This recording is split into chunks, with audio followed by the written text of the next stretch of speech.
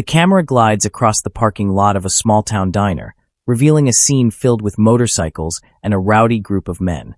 In the middle of this lively crowd, a burly figure named Griff stands out as the gang's leader. They lounge outside the diner, laughing loudly, making crude comments, and sending an intimidating message to anyone who dares cross their path. Griff and his gang bask in their arrogance, oblivious to the storm that's about to roll into their town. Suddenly, a black SUV pulls into the lot, and out steps Mike Tyson. Despite his fame, he's dressed humbly in a hoodie and jeans, aiming to keep a low profile while visiting an old friend. Feeling hungry, he decides to grab a bite at the diner, completely unaware of the raucous group lingering outside. As Tyson exits his vehicle, his imposing presence doesn't go unnoticed by those nearby. However, the gang, consumed by their inflated egos, mistakes his calm demeanor for weakness. Ignoring the legendary fighter's reputation for explosive strength and lightning-fast reflexes, they see him only as a stranger encroaching on their turf. The stage is unknowingly set for an electrifying showdown. As Tyson strides toward the diner, Griff's attention shifts to him. With a mocking smirk, Griff sizes him up and raises his voice, dripping with sarcasm. "Well, look who we have here," he jeers, gesturing toward Tyson. "Thinks he's too good for a bike, huh?" His sneering tone is designed to provoke a reaction. The gang bursts into laughter, their postures tense with anticipation, ready to escalate the situation at the slightest hint of resistance. Unfazed, Tyson remains composed. Ignoring Griff's taunts entirely, he walks past them with calm, confident steps. The gang's laughter falters, replaced by simmering irritation at his indifference. Watching him head inside, their anger festers. Silent, venomous glances pass among them as they scheme their next move, unaware of the danger they might awaken. Inside the diner, Tyson keeps his low profile, ordering a burger and settling into a booth near the window. From his seat, he can see the bustling parking lot, where Griff and his gang remain, their arrogance still intact despite Tyson's unshaken demeanor. Griff's gaze soon lands on Tyson's black SUV, parked near their motorcycles. A malicious glint sparks in his eyes as he concocts a plan to assert dominance. Griff, sneering, turns to his gang, his voice brimming with disdain. "Who does this guy think he is, parking his fancy car next to our bikes?" he sneers, pointing toward the SUV. His words, filled with envy and spite, ignite a collective fury within the group. "We can't let some outsider stroll into our town and act like he owns the place." At Griff's provocation, the gang's irritation flares into a burning rage. Snake, a wiry man with slicked-back hair and a sinister grin, rises from his spot, cracking his knuckles. "Let's show him some respect," he growls, his voice thick with menace, as he moves toward the diner. His words energize the group, their eagerness for confrontation lighting up their faces. Snake enters the diner with an air of arrogance, his gaze locked on Tyson's back. Leaning against the booth's table, he sneers, his voice dripping with sarcasm. "Hey, buddy," he drawls, his tone heavy with contempt. "Nice car you've got out there, but you might want to move it, before something happens to it." His words, sharp and full of malice, hang in the air, setting the stage for an inevitable clash. The threat hangs thick in the air, a toxic mist. Snake's smirk is all confidence, signaling the gang's readiness to back up his menacing words. Tyson, having heard Snake's challenge, finally shifts his attention to him, his gaze hardening as he measures up the new threat. "I'm just here to eat," Tyson responds, his voice steady and calm. "Don't start trouble." Tyson's warning, spoken in the measured tone of someone accustomed to control, underscores the seriousness of the moment. His words are tinged with controlled fury, a hint that danger could erupt at any second. Unfazed, Snake leans in closer, his breath reeking of cheap beer as he tries to escalate the intimidation.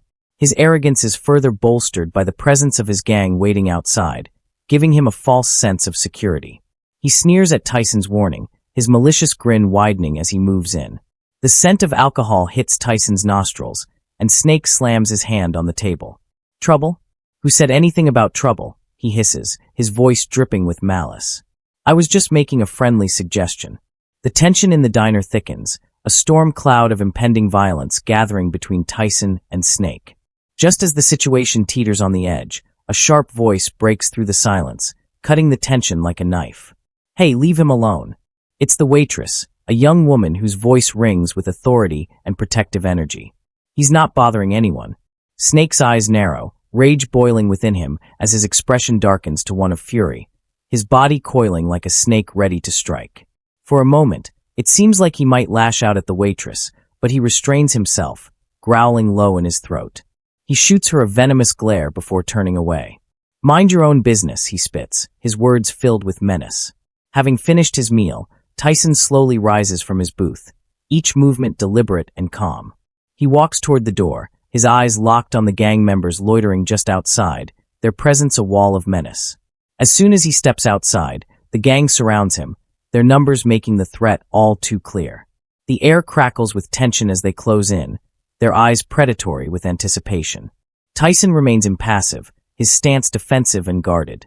Griff, flanked by his gang, steps forward, a smug grin spreading across his face. His voice is oily, dripping with malice as he mocks Tyson. "Leaving already," he sneers. "We thought you might want to hang out with us.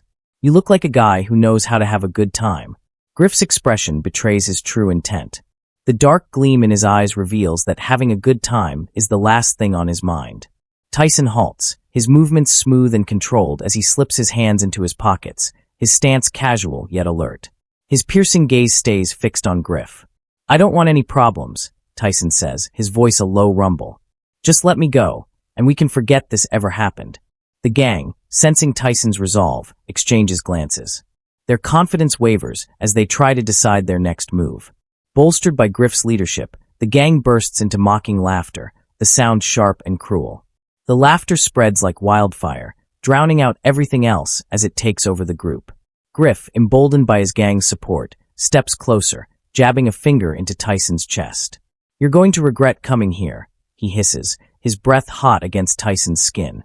"We're going to teach you a lesson about respecting the Iron Wolves."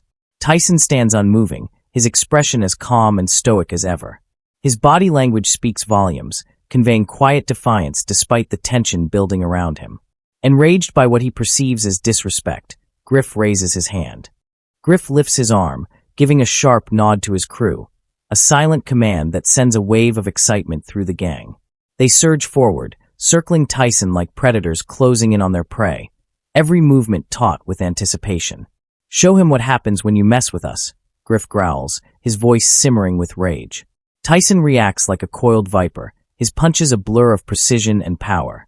The gang members, unprepared for the sudden ferocity, barely have time to brace themselves before Tyson's fists meet their faces.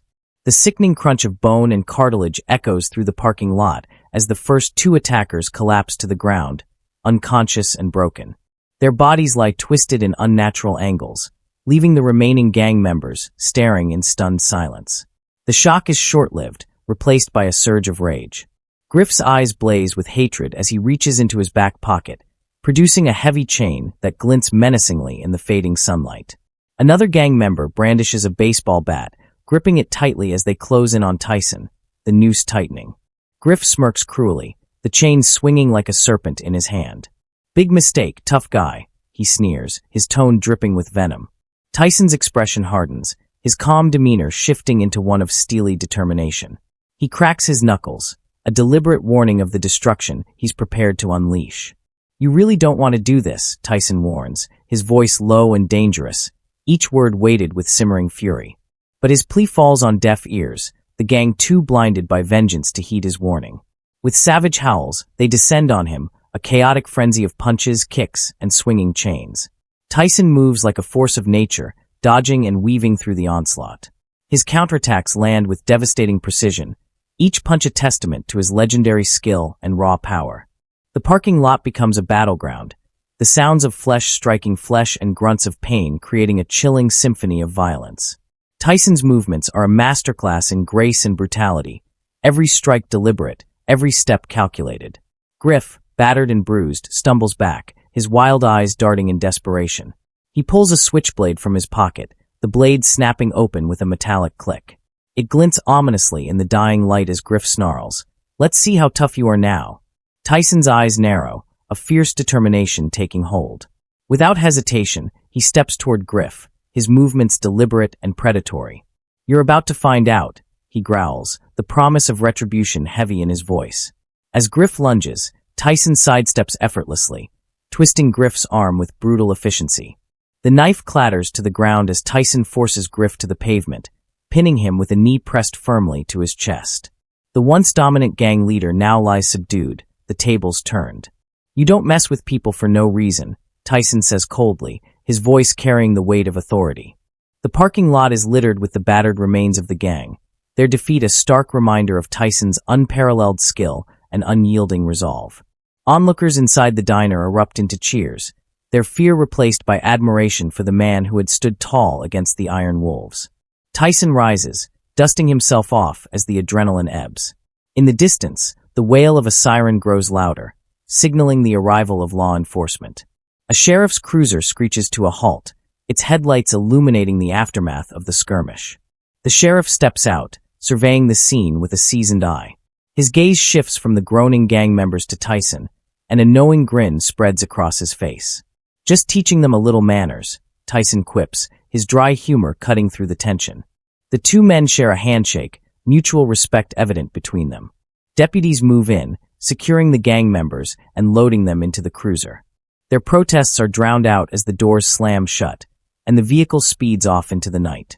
As Tyson climbs into his black SUV, the crowd of onlookers bursts into spontaneous applause, their gratitude and relief palpable. The cheers follow him as he drives away, his tires screeching against the asphalt.